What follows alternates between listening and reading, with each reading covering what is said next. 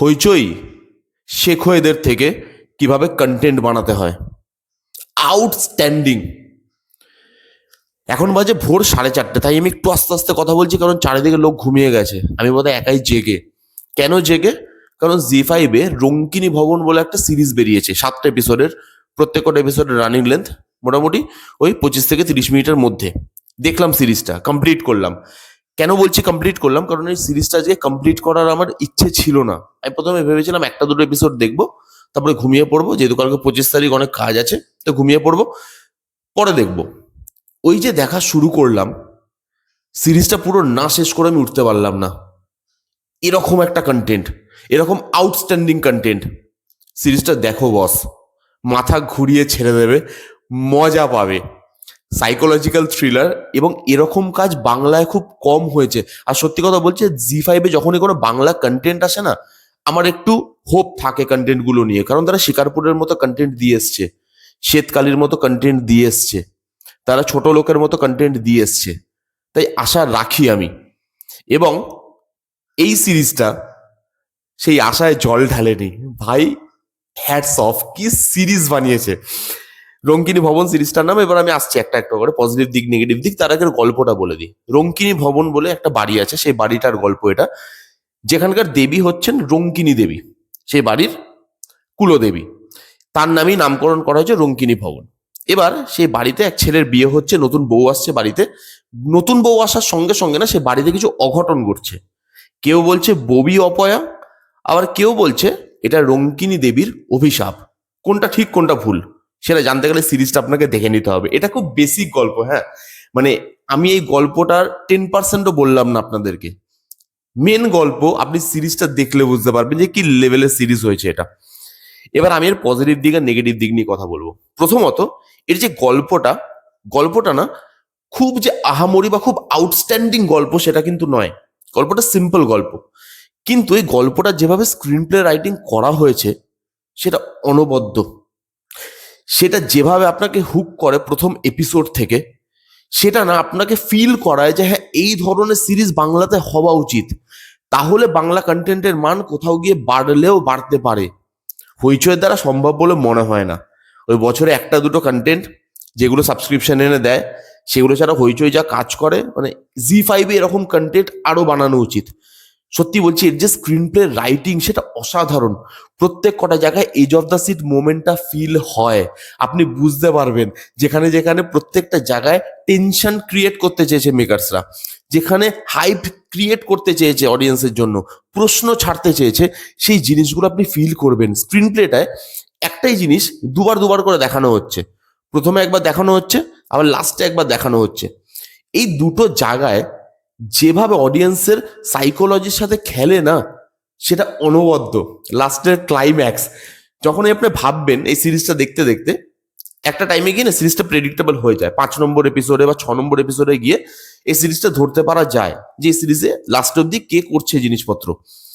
এবার যখনই আপনার মনে হবে আপনি সব জেনে গেছেন, তখনই লাস্টে এমন একটা টুইস্ট আসে 7 নম্বর এপিসোডের একদম শেষে, যেটা আপনাকে বলতে বাধ্য করে যে ভাই হ্যাঁ, কিছু জিনিস তো মেকার্সরা ইচ্ছা করে প্রেডিক্টেবল করে দিয়েছে, কিন্তু লাস্টের এই টুইস্টটা সাংঘাতিক, যেটা আমি প্রেডিক্ট করতে অন্তত পারিনি, এবং আমার ধারণা অনেকেই প্রেডিক্ট করতে পারবেন না।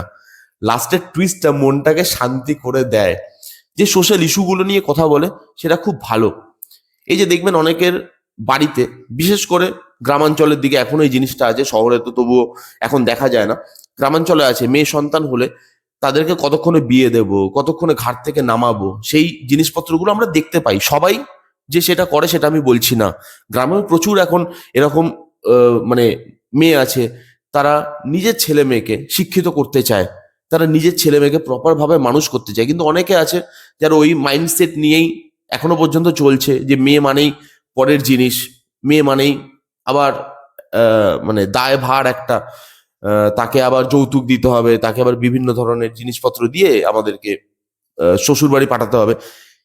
সেই জিনিসগুলো এখনো যে আছে, সেই জিনিসটাকে যেভাবে দেখানো হয়েছে সেটা খুব সুন্দর। ছৌ নাচ, সেই জিনিসটাকে যেভাবে আনা হয়েছে সেটা খুব সুন্দর। একটা ভগবানের অ্যাঙ্গেল, সেই ভগবানের অ্যাঙ্গেলটা সিরিজটার একটা অন্যই মাত্রা যোগ করে।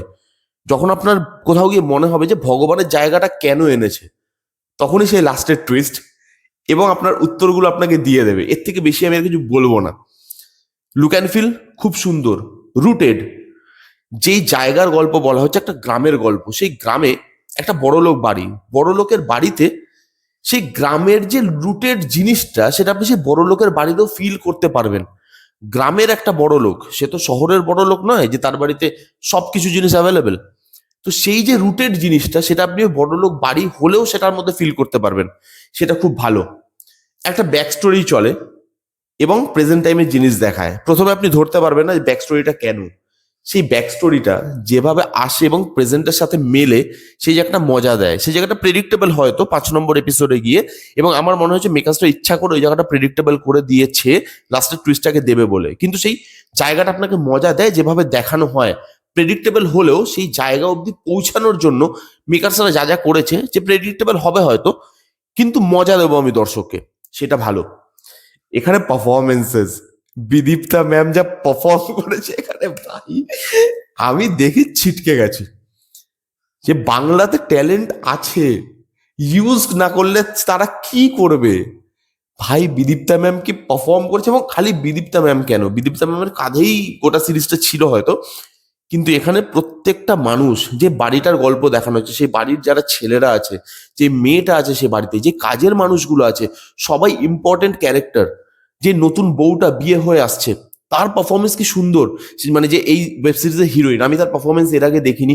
সিরিয়াল ফিরিয়াল করলে হয়তো করে থাকতে পারে, আমার দেখা নেই, আমি এর পারফরমেন্স দেখিনি, কিন্তু তার পারফরমেন্স ইমপ্রেসিভ, ভালো লাগে দেখতে। প্রত্যেকটা যে ক্যারেক্টার আছে তাদেরকে প্রপারলি ইউজ করা হয়েছে, তাদের স্ক্রিন প্লেতে জায়গা আছে। বাড়ির যদি সে নর্মাল কাজের লোক হয় বা যে সে ড্রাইভার হয়, তারও এখানে প্রপার স্ক্রিন প্লেতে কাজ আছে। কেউ শুধু শুধু এখানে ভিড় করেনি, সেই জিনিসটা ভালো লেগেছে। যেভাবে টুইস্টগুলো আসে সেগুলো মজা দেয়। লাস্টের টুইস্টটা বিশেষ করে, কে করছে জিনিসগুলো, তার মোটিভ কি, সেগুলো লাস্ট অব্দি আপনাকে পরিষ্কার করে দিয়ে যাবে। সিরিজটা শেষ হয়ে যায় এখানেই, নেক্সট পার্ট হয়তো আসবে না যতটা আমার মনে হলো। এবং লাস্টে মেকার্সরা না একটা ওপেন এন্ডেড জিনিস রাখতে চেয়েছে, যে ট্রাইটা আমার খুব ভালো লেগেছে। একটা ওপেন এন্ডেড ফিল আপনি কিন্তু পাবেন, পুরোপুরি বলবো না, কিন্তু এই ফিলটা দেওয়ার চেষ্টা করেছে, যেটা আমার ভালো লাগে সব দিক থেকে। গল্প বেসিক গল্প ছিল, কিন্তু স্ক্রিন প্লে সেই গল্পটাকে একটা আলাদা জায়গায় নিয়ে যায়। যেই জায়গাটার গল্প দেখানো হচ্ছে সেই জায়গাটাকে ভালোভাবে এক্সপ্লোর করা হয়েছে। পাস্ট প্রেজেন্ট সেই দুটোকে যেভাবে মেলানো হয়, তার সঙ্গে ইমোশনাল যে জায়গাগুলো, সেই জায়গাগুলো আপনি ফিল করতে পারবেন।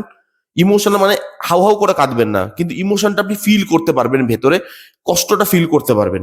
সেই জিনিসটা ঠাকুরের অ্যাঙ্গেলটা যেভাবে আনা হয়েছে, টুইস্ট অ্যান্ড টার্নস গুলো যেভাবে মজা দেয় আপনাকে, যেভাবে পারফরমেন্স আপনাকে মজা দেয়, আমি বলবো সিরিজটা দেখুন, আপনি মজা পাবেন। এবং এর কালার টোন, বিজিএম, মানে টেকনিক্যাল ডিপার্টমেন্টও খুব খুব সুন্দর, সঙ্গে লুক অ্যান্ড ফিলও খুব ভালো। যান গিয়ে দেখুন, যারা আলাদা কিছু দেখতে চান, ভালো কিছু দেখতে চান, গদ্ধরা জিনিসের বাইরে কিছু দেখতে চান।